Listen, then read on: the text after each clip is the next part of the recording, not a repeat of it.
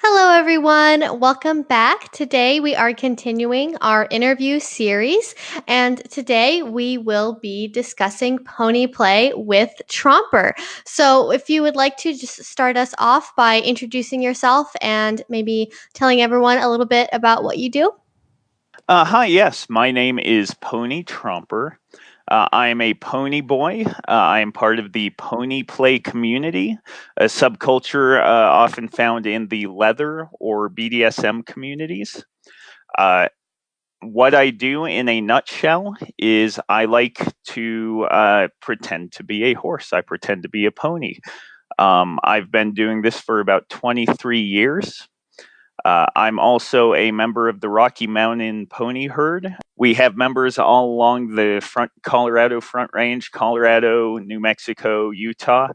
And how long have you been doing Ponyplay for in a concrete way? I know you said 23 years. Is that like from when you first started doing it in a BDSM context, or did maybe this have something that went a little bit deeper into like your childhood or like exploring as a teenager or something like that? Oh, certainly. So I discovered Ponyplay and really got interested in it 23 years ago when I was 19. Uh, I grew up on a farm. I grew up around horses. We had horses. They're an animal I'm familiar with, and that I've always, I've enjoyed horseback riding, horse-related activities. I remember it was, the mid to late '90s when I discovered Ponyplay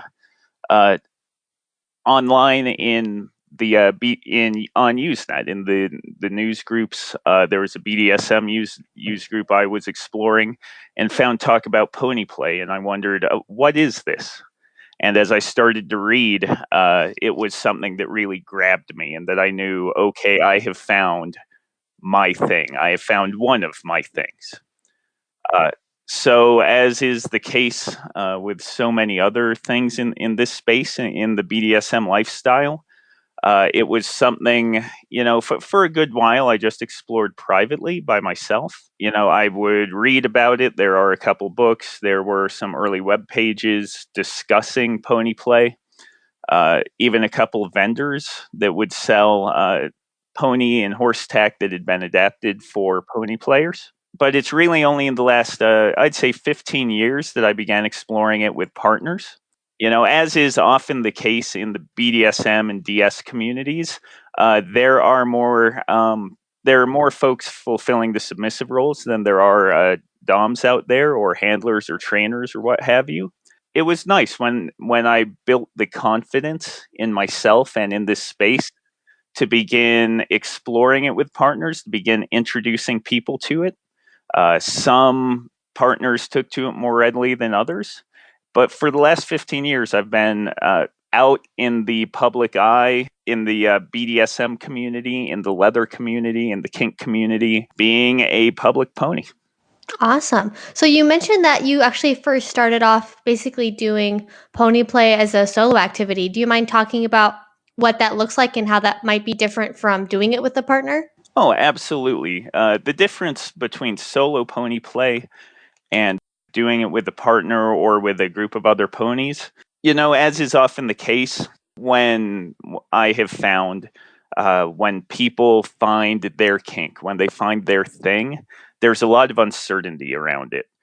In the early days, since I wasn't part of a broader community, and I was still coming to terms with, this kink, this thing I found, there was a lot of, honestly, this was pre YouTube, pre broadly available internet. I spent a lot of time reading about horses, trying to learn their mannerisms, trying to learn their movements, how they communicate. It helped I grew up around horses. But what I wanted to do was build an idea of, okay, this is what a horse looks like, and this is how a horse moves, this is how a horse acts.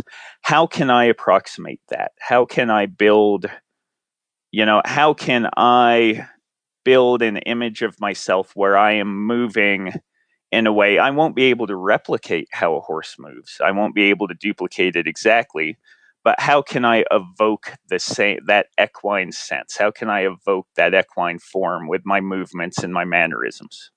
So There was a lot of practice, a lot of time spent in my apartment in front of a mirror, trying out and practicing different movements with my arms, with my legs. A lot of practicing whinnies and various horse noises in my car as I drove around.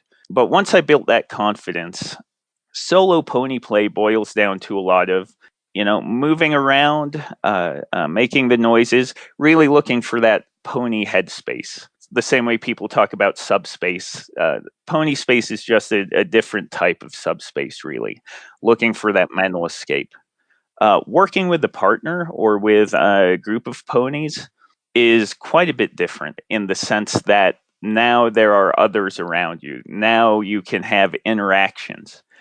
You can express yourself and communicate with other ponies through the noises you make, through the body language, through physical contact, shoulder and head and neck rubbing.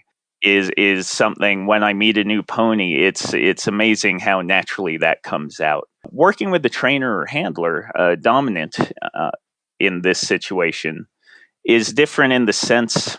Thinking about this really quickly, so my trainer Jen, my handler, what she provides that I don't get from another pony, the role she fulfills here is one of, she's in charge of the equipment we use, of the tech she puts on me. She and I have worked on being trained to do various activities like dressage, jumping, various things you'd find like various activities you'd find like at a pony competition or a pony show. So building a repertoire of nonverbal communication is something that we have worked on a lot. And when we practice for events or when we get together just for some pony play, she might lunge me. If you're unfamiliar with that, it's the handler stands in the center of a circle with a long lead rope and runs the pony around in a circle and puts them through their paces. She might do that. We might practice signals for seamlessly switching between different paces or different gaits. But my favorite thing we do together is cart pulling. She will hitch me up to a cart she owns, and I'll just take her for a ride. She has a track in her backyard. We'll go around. I've been doing this long enough that I'm not really self-conscious doing it in public. I'm dressed appropriately to be out in public. I'm just a person pulling a cart, as far as any observers see. But that's probably my favorite activity I do working with someone else is cart pulling. Yeah, and I really like cart pulling as well. It's something that I was introduced to at Kinkfest. If you've ever been there, they will usually have a cart. They have a whole pet play generally related area. And even I'm a puppy player for maybe people who are listening to this and don't otherwise know my channel. And like even as a puppy, like the idea of cart pulling is still really appealing because it turns out you can also train dogs to do that too. And it's a very focused headspace, I find, when I'm doing something like that because it's so task oriented. Is that something that you generally find appealing about pony play? I know something that a lot of people bring up when they talk about pony play that they enjoy is having that mental focus and stimulation on that one specific task rather than, all of the normal everyday worries about like, oh, what am I having for dinner? What am I doing at work tomorrow? You can just really get into that headspace. Is that something that you relate to? Oh, absolutely. Having that headspace, having that opportunity to just forget about everything else. Forget about all my responsibilities. Forget about, like you said, what I'm doing for dinner. What do I need to do this evening? What does the rest of my week look like? Being able to just escape from all that and focus on just being a pony, focus on the task at hand, is absolutely wonderful. There are different types of pony players. There are show ponies, there are wild ponies, there are jumping ponies. I myself am a workhorse. So having a task like cart pulling or sled pulling, a concrete expectation that I can just focus on this one thing. And I know that after I do this one thing, I will be praised and I will get attention and it will be wonderful. And I don't have to worry about anything else.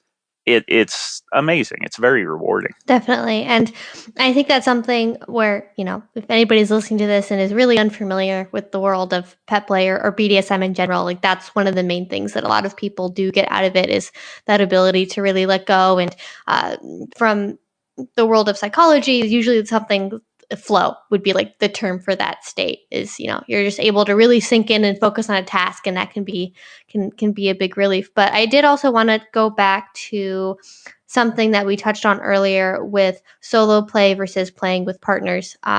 And that would be like doing simplified pony play at home, more or less. Something that a couple people brought up is it seems like a lot of pony play is very aesthetically focused, with all of and I'll put some pictures up on the screen for people who want some examples, but the very elaborate outfits with the hoofs and all of the different harnesses and all the costuming, the makeup, everything that can go into it. When you do something that's solo play focused, do you find that you want or need that element of dressing up to be able to enjoy it? Is that an important aspect of the headspace, or is that something where you don't necessarily need it, but it's like a nice touch to have? Oh, so thank you. That's actually a very good question and touches on something that I like to speak about.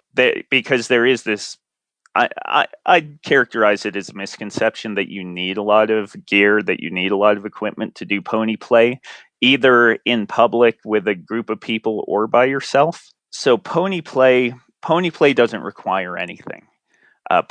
Everybody likes to have a lot of gear. Everybody likes to have a lot of tack. It is very aesthetically pleasing. It is fun to have. It's fun to collect. It's fun to make. But it is expensive. It does take time to build up a collection. None of it is required. You can be a pony in public with other people in your street clothes. It's purely a headspace endeavor. That doesn't mean you can't want the tack, that you can't want the aesthetic, but there's no requirement to be a pony other than to declare yourself a pony. At that point, you are as much a pony as I or anybody else. When you go to events, kink education events or leather education events, if there are pony classes being offered, a common one you might see is pony play on a budget. With $10 worth of rope, you can have a head stall or a bridle or a halter. You can have reins. You can have a tail. You can have a harness. If the idea of doing pony play with no gear whatsoever doesn't help with the headspace. I've been doing this long enough. I don't need the gear to get the headspace, but there definitely was a point where, as many people who, like I said before, as they discover their thing, they struggle mentally with it a little bit. Having some signifiers, having some physical things to help you connect, I think that's very common. But you don't have to spend hundreds or even tens of dollars. Just a little bit of rope, and they're on Instructables. That on the internet, there are guides for tying these halters, tying these harnesses, just using the reins. Having that equipment, I find, does help new ponies. It's something that helps them even when they're doing solo play. And it certainly helped me learn to flip that switch from human headspace to pony headspace. And that really goes, I think, for a lot of types of BDSM, not just pet play, although I think people talk about it the most in this section of the kink world is the importance of gear and the aesthetic and the headspace. But like, even if you're really into latex, you're probably going to collect latex. If you're really into floggers, you're going to collect floggers. So it's something where, maybe you need a piece or two to start with so you can kind of learn, figure out is this something you're really into. But like you said, you don't really need a lot. And maybe you'll find as time goes on that you are so in tune with that side of yourself, you don't really need the gear. So yeah, I would just want to emphasize from my perspective as well, coming from the puppy play world, which is also sometimes very gear and aesthetically focused, that like you don't need it, it's nice to have, but there are definitely ways you can do it very cheaply for sure. Along those lines, one of the things that I was curious to know about is how has Ponyplay changed over the time that you've been in the community? Because you mentioned you sort of found this through Usenet and through the early internet. Has it changed in terms of what people have found aesthetically pleasing about it, the types of play that people engage in, the way that the community interacts with each other? Like, has that really evolved over time, or has it sort of stayed relatively similar over the course of when you've been involved in the community? Thank you. That's an excellent question. So it certainly has changed. So starting in the late 90s through today, I've seen a lot of changes. Though there is a question of how much of the play itself has changed versus how much of the play is now more observable with social media and the fact that the internet is so ubiquitous now that it's very, relatively speaking, it's easy to go out and see what other people are doing in their own kink and BDSM and pony spaces compared to 20 years ago. When I got started, so aesthetically, the look of Ponyplay that seems to have changed the most, in my opinion. When I first got started, and in fact, the first picture I saw on the internet was of this hood created by a maker named Buck, who ran the Watering Hole, a tech shop in out in New England. And he was also a pony boy. He also made kink and pony play gear. He even had a showroom at his regular shop if you knew to go in and ask to see it. And it was really funny because it was Web 1.0. When you went to his website, there was a picture of a barn, and if you knew just where to click, you could get into the kink side of his webpage. Just the little secret pixels to click up in a corner on this little door on this picture of a barn. Otherwise, it was all just the vanilla tack and ranch stuff that he sold day to day. This mask he made was revolutionary at the time. Because up to that point, from what I'd gathered and from what I'd seen, the main headpiece people used was like a bridle, just some straps fitted to a human head, and absolutely gorgeous. And they look very good. And that was kind of the common look that people had, that ponies had. So when someone actually made a mask, it's like I kind of imagine parallel to the puppy community, this was the Mr. S hood, where now all of a sudden here is just this amazing thing that actually, it looks like a horse. It looks like a pony. Relatively speaking, it gives your head more of this equine shape. And to my knowledge, there wasn't anything like it. And it was fairly popular. I mean, it was very popular, and it was imitated with varying degrees of quality pretty quickly. And that was kind of where we saw the fork between people who wanted to obscure their face with a hood versus people who, and there's still a lot to this day who just use bits and straps for halters. In the last decade or so, I don't have the dates at my fingertips, we've begun to see hyper-realistic masks.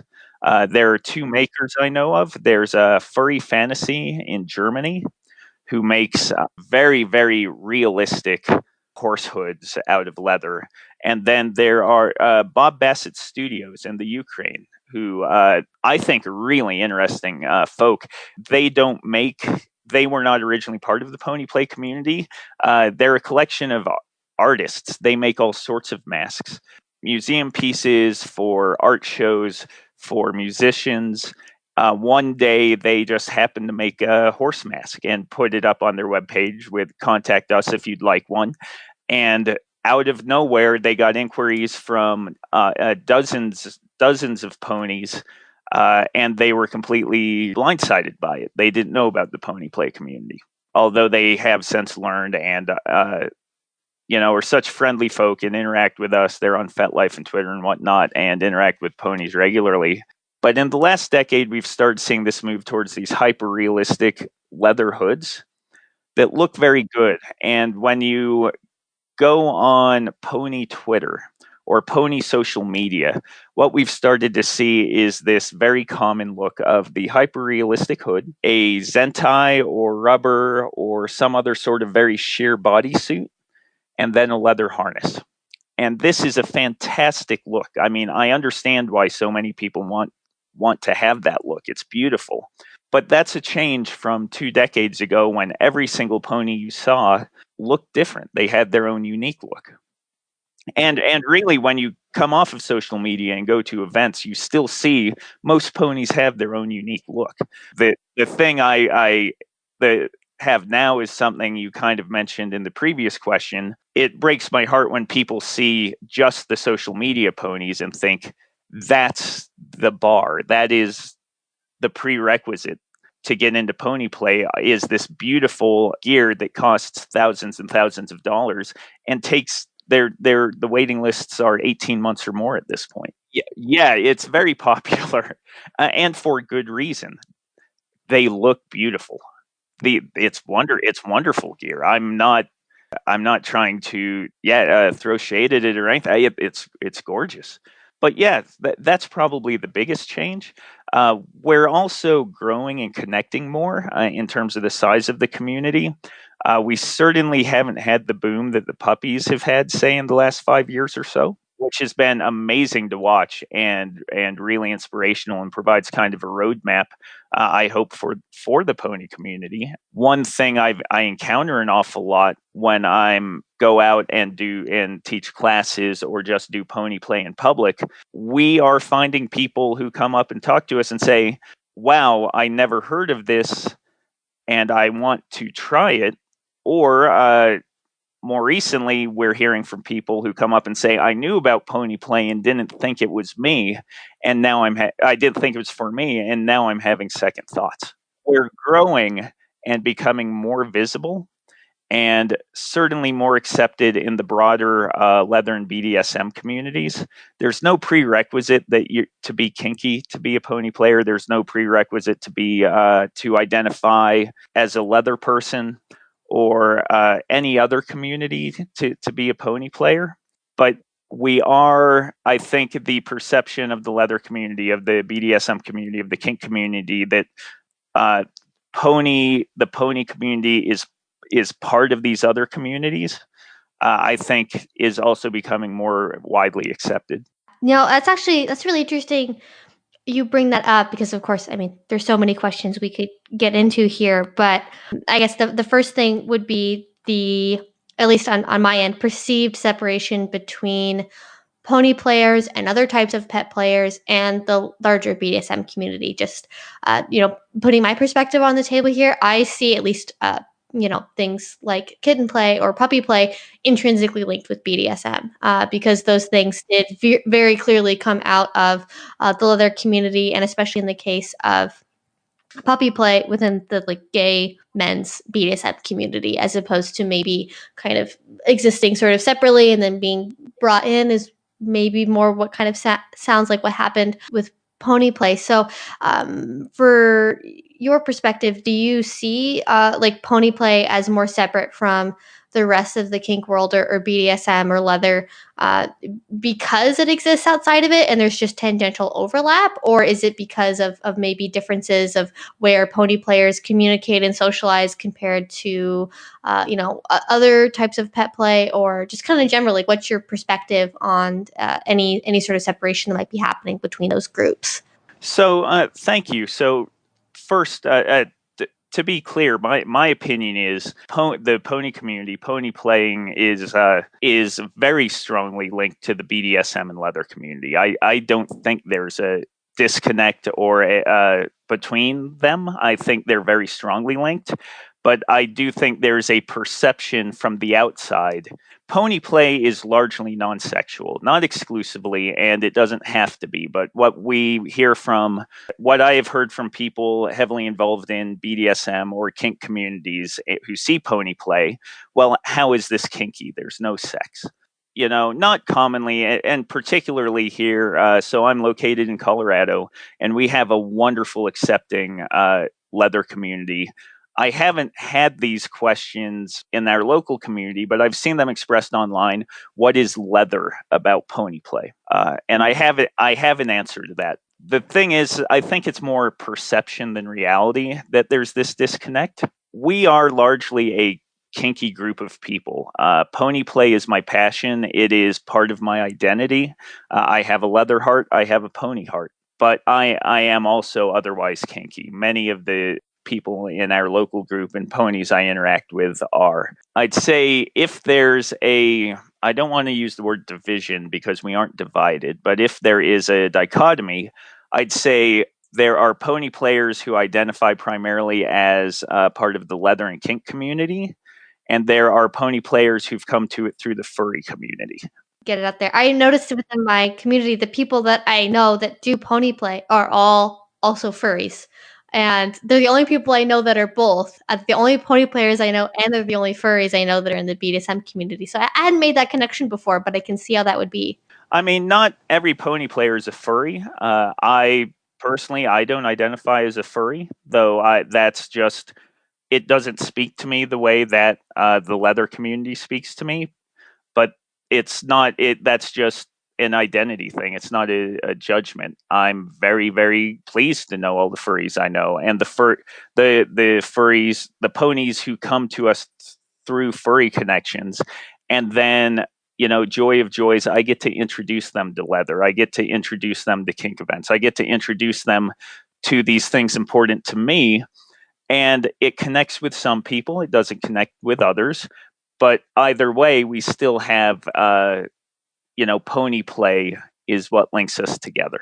So one of the things I wanted to touch on as well is, do you notice if there's any kind of elitism or hierarchy within the pony play world? Is there any sort of thing where it's like, oh, if you have this gear, you're like perceived to be like a better pony or like a more important pony than other people in your community? Or does it tend to be pretty egalitarian? It tends to be pretty egalitarian in my experience. The thought of any sort of gatekeeping in the pony play community makes me very unhappy. Pony play is for everybody. Pony play is that there's no requirements. Like I mentioned earlier, all it takes to be a pony, as good a pony as anyone, is to declare yourself as such. Day one, you're a pony. Yeah, so sorry, this is a topic that I feel very strongly about, very passionately about. There is no room whatsoever for gatekeeping in the pony play community. It is something that when I see, or if I even get a hint of, I have opinions. This is not okay. It's okay to want the gear. It's okay to have the gear. If you're someone lucky who day one you can go out and spend thousands of dollars and buy all this wonderful gear, fantastic. There's nothing wrong with that. You don't have to earn it either. And if it's taken you 20 years to make your collection, that's okay too. There's no requirement to have any gear at all. Or inversely, you can't have too much gear. It's be your own pony. Similarly, there's no wrong way to be a pony. Tromper acts and behaves and moves in a particular way. The way that speaks to me, that makes me, that really cements this identity within me. This is Tromper. But my mannerisms are not going to be the mannerisms of other ponies. Their mannerisms are not going to be my mannerisms.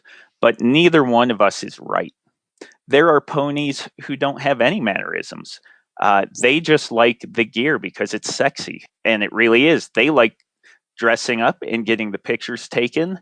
And they don't do any quote unquote pony play at all. But they have. That's their pony play. And it is perfectly valid. Pony play is defined individually by the pony. The idea that there is some threshold which must be met, that there's a bar you have to, that you have to do X or Y or Z or own such and such if you want to really be a pony is harmful and not something that we as a community can or should stand for. To answer your question, fortunately, and to my great relief, it's not something I really see a lot of. And that is absolutely not the message that I promote. I just want to echo those sentiments, which is like, I don't think elitism has a place in pet play. I don't think it has a place in BDSM in general. I think, if we can focus on forming communities where we can all appreciate each other in our uniqueness and try to, not gatekeep everything, I think is sometimes it's a human tendency. You find your in group, you find your people, you want to protect that group. And sometimes, we look at the wrong targets to try and do that with. And I think it really is just a benefit if we can look at everyone as like, hey, you have a lot of gear, you don't have a lot of gear, you've been doing this for 10 years, you've been doing this for 3 months, we're all here, we all enjoy being ponies or puppies or whatever it is, and let's just like have a fun time, all enjoying that together. Absolutely. I was at Colorado Leather Fest 2018, and the keynote speaker, Master Z, addressing a leather audience, not a pony audience specifically, but to paraphrase him, he made a very strong point that I really liked, where the difference between history and tradition.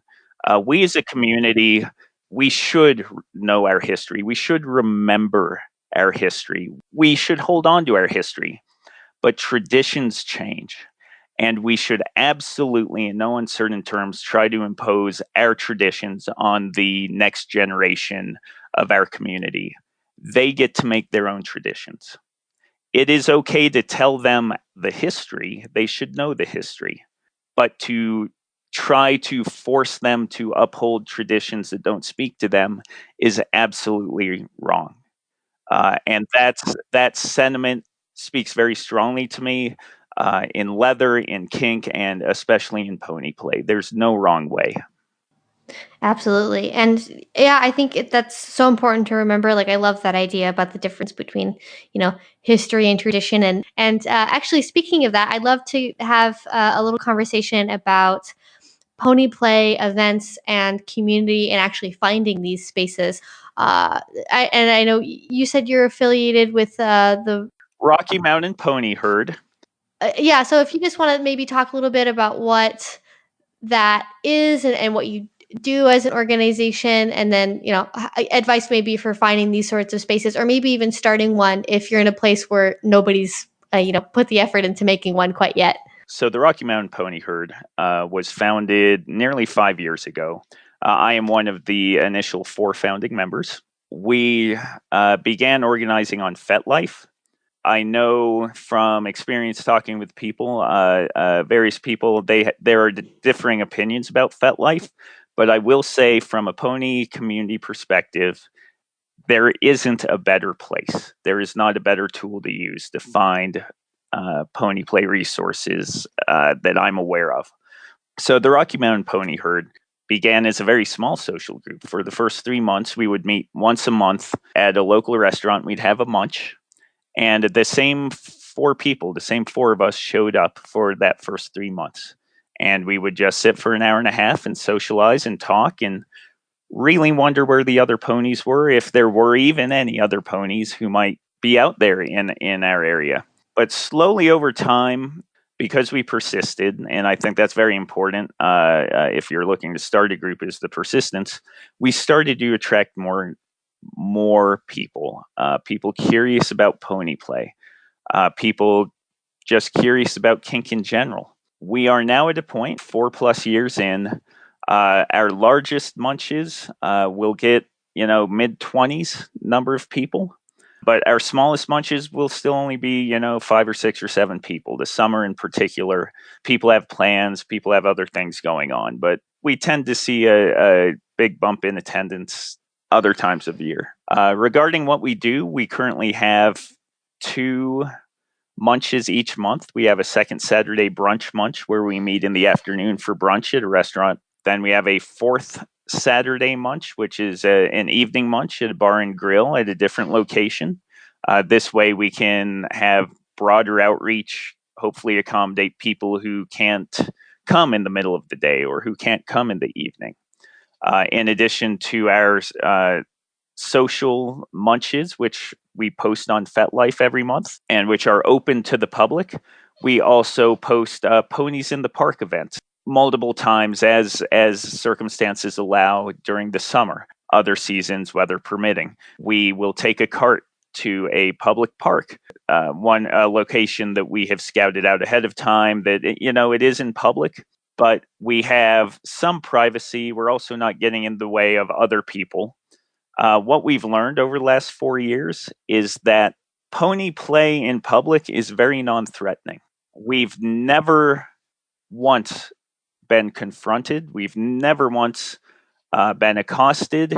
We've had people ask us what we're doing, and we tell them, okay, we've answered their question, and they are bemused, or they don't get it, or they just walk off, or they stay and watch a little while.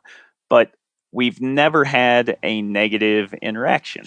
So it's nice. That's lent itself to some confidence. So it's given us some confidence planning these events. And especially when you're with a group of people, we'll have a dozen people or so, and we'll pull carts.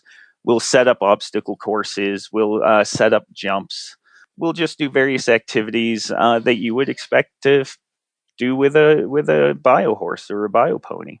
2 years ago, the RMPH Incorporated is a nonprofit in Colorado with an eye towards community service. We are organized a board of directors. The board of directors is a service position.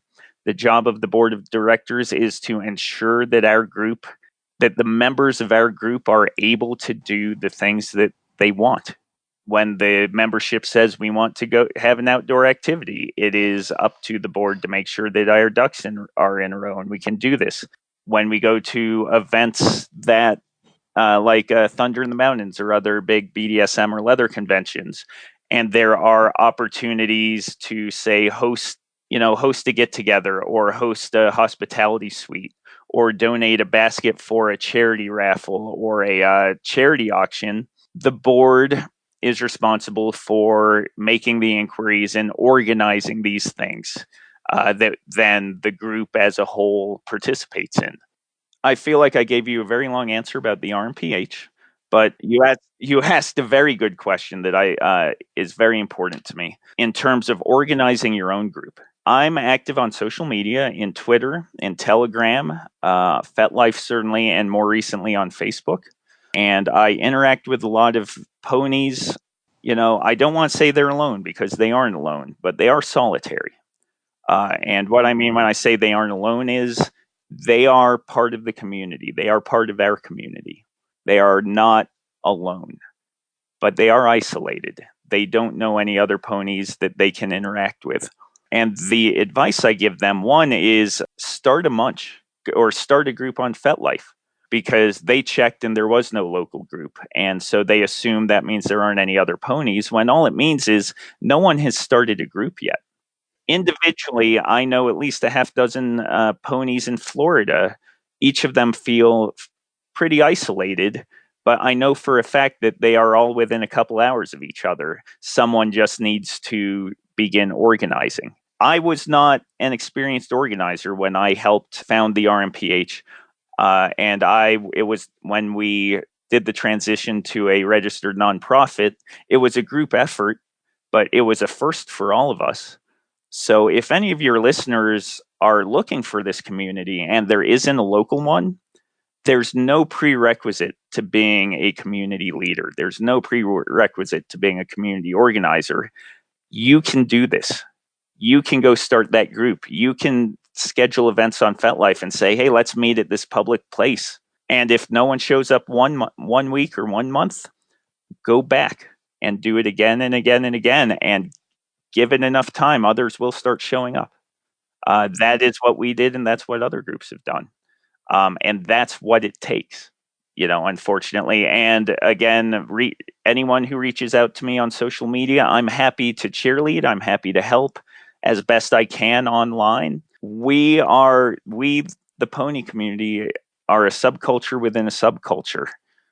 We need to stick together and support each other and help each other. And I am here to help organize more regional groups as best I can.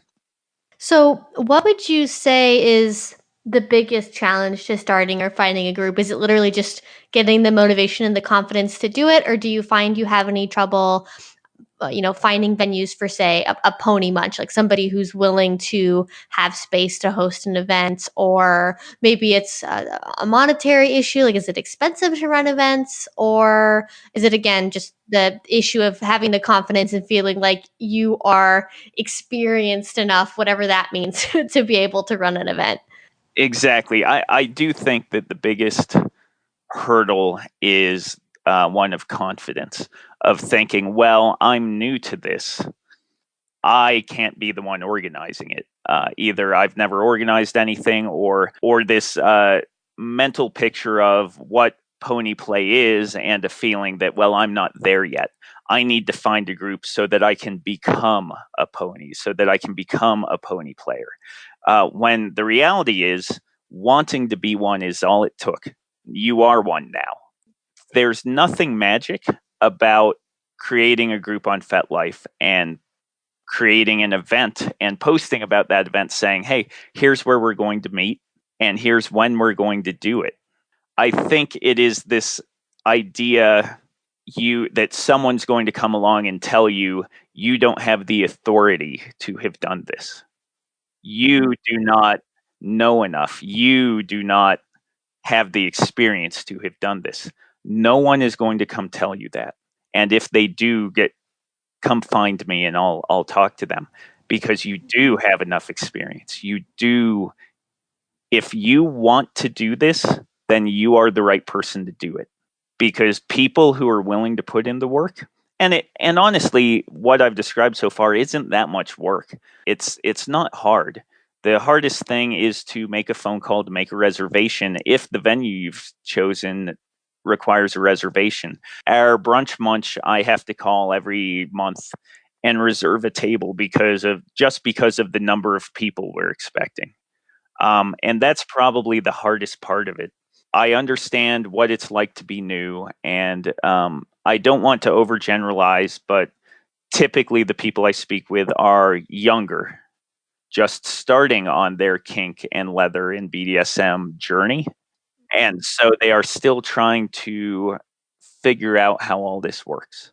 So I understand, and I'm very sympathetic. But again, no one else has done it, which means you can. You absolutely can. You absolutely are able to. You have the authority to.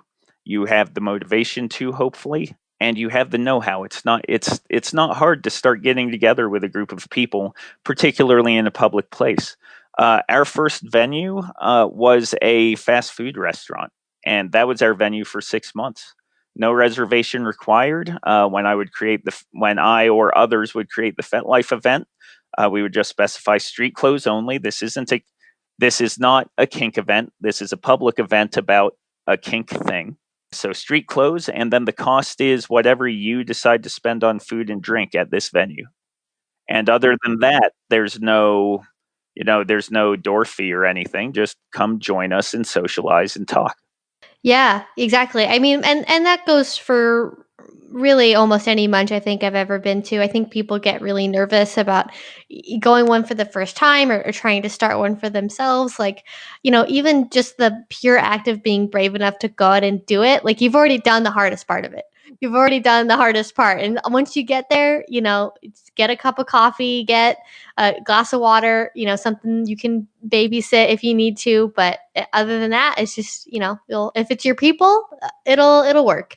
One of the things I did want to touch on, though, we've kind of already talked about a little bit, is play in public, and at least in the circles that I'm in, doing anything in public is very, very, very controversial. And it sounds like, based on what you've said, that at least in a group doing pony play, it is relatively easy to pass off, and maybe people are just sort of confused who don't really get it, but that's sort of the worst that happens. Do you find that is different when you're doing something solo, or like one-on-one with a partner, versus doing something with a group? And if somebody did want to do something, one-on-one or solo in a discreet way, how would you recommend going about doing that? Yes, thank you. That's a good question. Let me answer that last question first. I think if you want to go out in public and do this yourself, getting started with that, make sure that you feel comfortable and you feel safe. Don't put yourself in a situation where you can't focus on the pony play because you are very worried. You are very worried for your safety, or you're very worried about other people confronting you, or this or that. It's unlikely to happen, but that's not how fear works. Fear is an emotional thing. That said, if someone asks you what you're doing, you're practicing for a play. You're practicing for community theater. You're practicing for an event. There are stories you can have prepared ahead of time that people will just accept. I am now to the point in my journey where I tell people I'm pretending to be a horse. No one's ever pushed back on that, and no one's ever demanded for more details. No one said, well, why are you doing this? I'm pretending to be a horse seems to satisfy most people, and then they wander off. And I said most people, everyone who's ever asked. Play in public. I'm aware of the controversy. To some extent, I've observed it from the outside.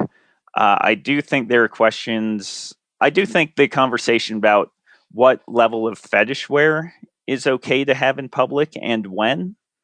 But again, I have my opinions, and that's for me. That's not for everybody. I don't make the rules, and I don't judge other people who make different decisions. They get to make their own decisions, and that's awesome. Stepping back, so Jen, my handler, and I recently competed at the North American Pony Trainer NAPT leather title contest, actually 2 weeks ago in Los Angeles. Part of that competition was a pony routine, where we were asked to prepare some sort of equine-inspired dance or routine or performance that we could do for the crowd. So we spent 3 months practicing in a public soccer field, just her and I, just the two of us. We would meet once a week during the day. There were groundskeepers and other people coming and going. There were people seeing us practice. I wasn't wearing any of my gear. I had a rubber bit in my mouth, and Jen was using her reins, and we'd set up cones in the to mark out the space we would have at the event. And then they basically watched us going through a dance routine once a week for several months with to music playing on a Bluetooth speaker. No one ever came up and asked us what we were doing. No one ever asked us to justify ourselves. No one questioned us, and it was only the two of us. I will say we did make accommodations. We chose a time of day when we knew it wasn't going to be super busy. These were municipal soccer fields, so we chose a time when we knew there wouldn't be games going on, when there weren't going to be large crowds. There's no reason people should be uncomfortable, but it is different. And seeing someone in pony gear doing these things is unusual. So when you mix unusual behavior around kids or youth, that can get unpredictable. So my personal philosophy is try to avoid that. Not because there's anything wrong with what I'm doing, but because it's more likely to lead to an unpredictable situation. That said, one thing the RMPH has done the last 3 years is march in the Denver Pride Parade as part of the leather contingent. And for the last 3 years, I've pulled a cart with the rider in full pony gear with my pony hood and hooves and a tail along the entire parade route. And in that environment where it's not unexpected, kids love us. I give so many high fives. I see so many smiles. Similarly, I went to my first Renaissance Festival earlier this summer. Some friends of mine who are regulars invited me and honestly pressured me to come in my pony gear. So I did. I had some backup clothes just in case, because I don't want to have this unpredictable situation. But before I'd even left the parking lot, there were kids pointing, saying, "Look, a pony! Look, he's a horse!"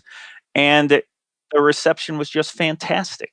And I had a great time that day. And so I think doing pony play in public, as long as you are giving it some thought and just being aware of the potential reactions of the people around you, who aren't involved in your play, I don't think there's anything inherently wrong with it. I just think you need to, just be mindful of your own safety and what might contribute to unpredictable situations. Yeah, and I think it is an interesting conversation. I think part of the reason why it might be so controversial for people is there's an assumption that it's all very sexual. And so clearly if you're doing anything puppy play, pony play, whatever related, oh, that basically means that you're like having sex in public, when really usually it just looks like you're in a weird costume, or maybe, maybe all you're wearing is like one piece of gear. Maybe it doesn't obviously have to be that elaborate. And most people are going to rationalize that as like, oh, somebody's dressing up, or it's close to Halloween, or they're LARPing, or it's cosplay, or like literally anything else. And I know, obviously, in the interaction with kids, like people get really freaked out by the idea of that. But from what I understand, from not only from what you just said, but from other people I know, is like, and like pride parades, for example, like kids see that and they're like, oh, cool, somebody's dressing up like a horse. Like they're not really too worried about it. And as long as you aren't really taking it to that very overtly sexual place, is it any different really from, maybe a heterosexual vanilla couple kissing in public? Some people might find that distasteful, but the level of intimacy there is somewhat similar. It just is a little bit of fancy dress, let's say.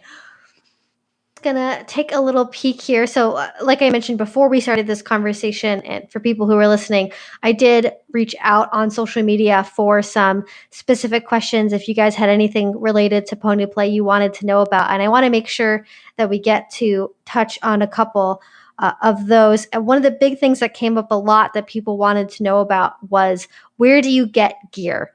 Do you have any recommendations on where people can get gear from, from beginners to maybe some more sort of interesting little things that you've found?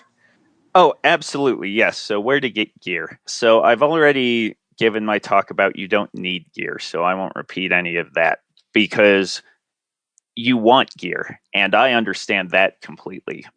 Starting at the more affordable side and the more readily available side. As with everything else kink, hardware stores is a great place to start. If you're just easing in to see what you think about this, or if rope, you can get rope, you can get the C clips, you can get a lot of the hardware you need to make things like reins, bridles, halters.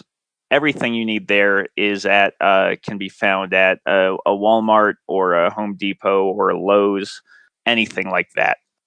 The bit I've been using for 20 years is a rubber horse bit. It's the first bit I ever bought, and it came from a tack shop. It is the same bit that a biohorse would use. I have pony friends in other states as well as locally who buy secondhand halters and bridles made for biohorses. It's all essentially leather straps and leather buckles. These are things that can be very easily modified to fit a human face or fit a human body. It just takes the little bit of confidence to understand that these are things you can make. These are things you don't have to buy. The next best place, I think, in terms of getting gear is making your own. As I talked about earlier, for a very long time, pre-social media, every pony I interacted with, which wasn't that many since it was hard to find, but that I would see photos of online or in Equus Eroticus, which was a Ponyplay magazine published for a long time. It was always a mix of maybe, this well-known headpiece, but then what was obviously personally crafted body harness. Really thinking about the ponies I know, there are a lot of ponies who make the majority of their tack themselves. And I think that's fantastic because that means not only is it very unique, there's no other pony with this tack, but it's typically more affordable. Etsy is another great place. There are some very affordable masks out there. Hooves, Firebird Leather in San Francisco is a well-known maker of Ponyplay tails and hooves and various other pieces of tech, in addition to their more general, beautiful BDSM offerings. At the very high end, you have the makers, the international makers, the Furry Fantasy. It's spelled Fury. It's spelled Fury, but he gets to tell people how to pronounce his name, and he pronounces it Furry. But Furry Fantasy, Bob Bassett are the two that spring to mind.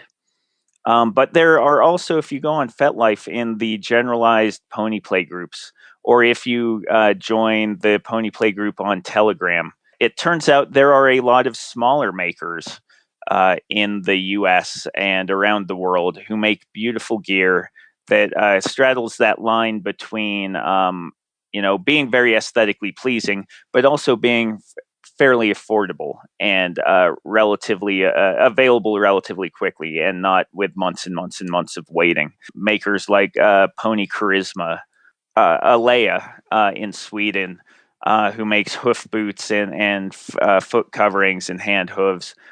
I make pony hoods and tails and hooves to help fund our local community and to help fund charitable causes.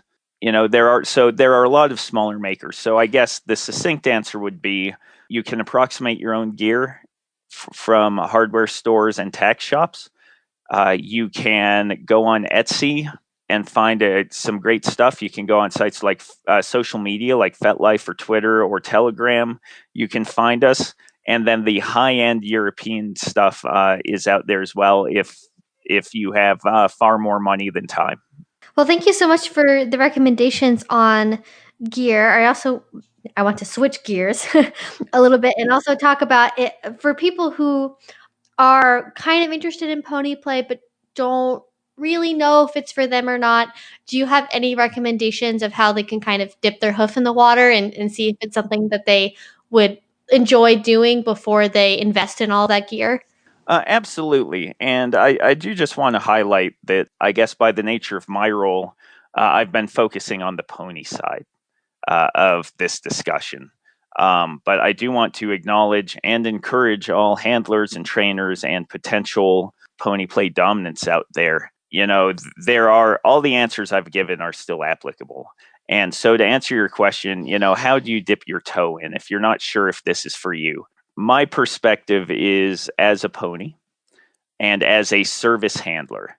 As a service handler, my satisfaction, my reward comes from the experience I'm giving another pony, because I know what it's like not to have a partner, not to have someone, treat you like a pony, someone, to lack a person to enable this interaction. It's also a thing I do for puppy friends. I've been a service handler at puppy moshes. And the reward there is very much just enabling this amazing feeling in the pup or in the pony.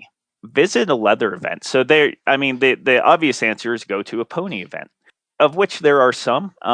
They're dedicated pony play events. Ponies on the Delta is held in the every April in Louisiana. The same organizers also put on a Ponies, Critters, and Kinksters event every November at the same venue. The main difference between the two is the spring event is a formal competition, and the fall event is more of a social gathering. Both of those events can be found on FetLife just by searching those terms. There's the Equus International Ponyplay event, Equus IPPE, that runs parallel with the North American Pony Trainer Leather Title event I mentioned earlier. That is a competition, but the focus is on fun at Equus. It is, in fact, fun is one of the criteria for the event. This is in Los Angeles every August. These are great events you can go to and certainly dip your toe in as either role. Look for either regional events, leather events, or pup and pet events in your area, or pup and pet events on FetLife. and you'd be surprised. You can often find ponies there. One thing the RMPH is currently considering is how to rebrand ourselves. It says Pony Herd right in the name, when in fact we were formed to be a safe jumping off point for the local BDSM and leather communities. For people to come to us and be a safe place to explore these communities with safe people. And it just so happened that Ponyplay was the connective tissue between the four of us. So that became part of the name.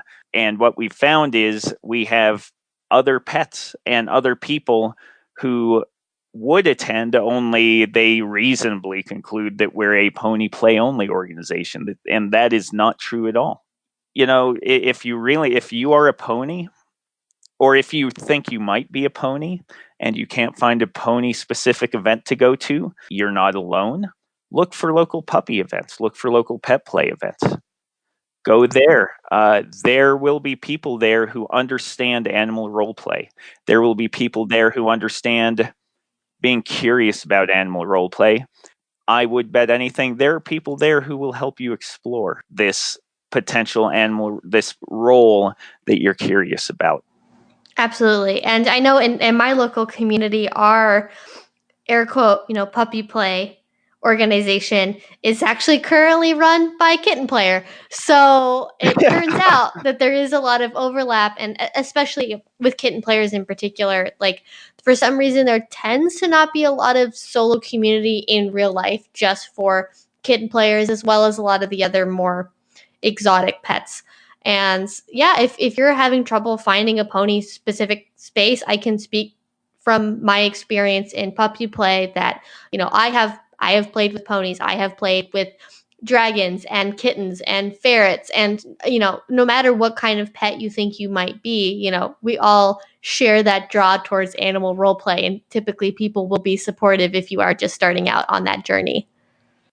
If any of your listeners are organizers or have these local puppy and pet events and know local ponies, so Jen and I are the North American Pony Trainer 2020 leather title holders. We actually did win the competition a couple of weeks ago, and were awarded our sashes and are currently serving our title year, which means a lot of travel. For the next year, we will be traveling to events to teach pony play, to talk about pony play, and promote our community and unity, and talk about the overlap between pony play and other type of pet play. And we would absolutely love to attend any events people contact us about. How do you get started in this? Do you have any specific recommendations for resources for learning more about, I don't know how else to phrase this, but like air quote accurate pony play? Like, how do you actually learn how to do horse training techniques and more authenticity, let's say, in your pony play, rather than maybe just guessing based off of your own internal fantasy? Resources. Yes, I have some, but the idea, the broader idea of how do I become a pony is such a good idea. Thank you so much for asking, because when I talk to some very new people in the community, what I hear is, one of the things I hear is, I can't be a pony because I haven't found a partner. I haven't taught anyone to teach me to be a pony. And what I think about when I hear that, and that breaks my heart a little bit, because you don't need someone to teach you how to be a pony.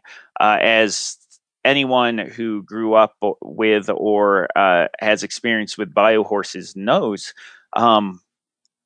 when you meet a new horse, or when you get a new horse, you don't have to teach it to be a horse. The first thing you do isn't give a horse lessons. The first thing you do is build a relationship with that horse. And once you've established a relationship and learned about this horse, and learned about this horse's mannerisms and how it behaves, and gotten a handle on its personality, then you can start training. So you've touched on something that's great, which is, also the advice I give people is, don't wait until you have a partner. Start finding your inner pony, so that when a partner comes along, you can begin building that pony trainer dynamic, that relationship, where they can begin learning who you are as a pony. So now resources. Honestly, one of the best resources, go to YouTube and look for horse videos and pay attention to, pay attention to when they're running, when they're trotting, when they're cantering, when they're standing still, because they're never perfect standing stock still. There's still body movements. And there are thousands of videos that people have made of their horses. There are thousands of videos of people who've just put up cameras overlooking a pasture. There's no point to these videos other than, look, here's 40 minutes of horse behavior. That is a wonderful resource for familiarizing yourself with how horses move. And then the next step becomes, how do I approximate this? How do I translate what I've seen? Because we can't mimic it. We're not built to run on four limbs. We aren't built with the same bone structure or musculature. But what pony players individually have to figure out is, how do I move in such a way that I evoke the same sense you get when you watch a horse move? There are a couple books out there. There is the Human Pony. I want to say that is by, I'm taking such a big risk in saying that is by Rebecca Wilcox. Oh, thank goodness, I'm right. Yes, so Rebecca Wilcox wrote The Human Pony, a handbook for owners, trainers, and admirers. That is one book you can find out there, and it's just a fantastic text full of advice for finding your pony self. There's also another book, Ponyplay with Miss Ann. Miss Ann is, if you're unfamiliar, she is a kink educator, Ponyplay educator, and presenter who travels to various events and teaches wonderful classes. She has a book, Ponyplay with Miss Ann, that is full of also good information and practical advice for approximating the various gaits of a horse using a human body. And the great thing about both these texts, about both these books, is one, they're well illustrated, they're clearly written, they're fun to read, but they're also not step by step, this is what you must do to be a pony. They are, here is how you can do things, and here are ways you can achieve your goal. And while a lot of pony players do use these techniques, there's no requirement. So you can take what works for you and leave the rest. So those two books are kind of the primary texts I'm familiar with on Ponyplay. There's YouTube for learning horse mannerisms, and then come talk to us on FetLife. Either there are a couple general Ponyplay groups, the Rocky Mountain Pony Herd FetLife group is not exclusive to local ponies or even ponies in the Rocky Mountain region. If you can find me on Telegram, if you can find me on social media, I will engage with you. I will talk with you. I will introduce you to the broader pony community. Find other ponies. Every pony I know, every pony I talk to, we are all there for each other and to help each other along this journey. I think we have just about covered everything that I wanted to get to. Is there anything else that we haven't talked about yet today that you were really hoping to share about Ponyplay? So, one, thank you. It's such a pleasure to talk about this. It's a subject that is very important to me and that I'm very passionate about. And thank you and your listeners for all the questions and giving me this opportunity. I would like to just reemphasize that Ponyplay is for everybody. Everybody who wants to do it gets to do it. If you are interested and do not feel like you're part of the community, you absolutely are. If you're feeling isolated, we're out here. I would also encourage, come find us. I would also encourage people interested in Ponyplay, but who are unfamiliar with the broader leather and BDSM communities, to your comfort level, these are also communities that, broadly speaking, many ponies belong to and can be a fantastic resource. If you want attention, which I find many ponies do, I know I certainly do, go to a local leather event wearing a tail and be the only pony there. And you will have attention the entire time, and it will be wonderful. Find your local communities because they're there. You can find them through social media, through FetLife, and I guess, don't let anyone put any stumbling blocks in your way. Don't let anyone tell you you can't do this. Don't let your subconscious tell you you can't do this just because you're new. You absolutely can.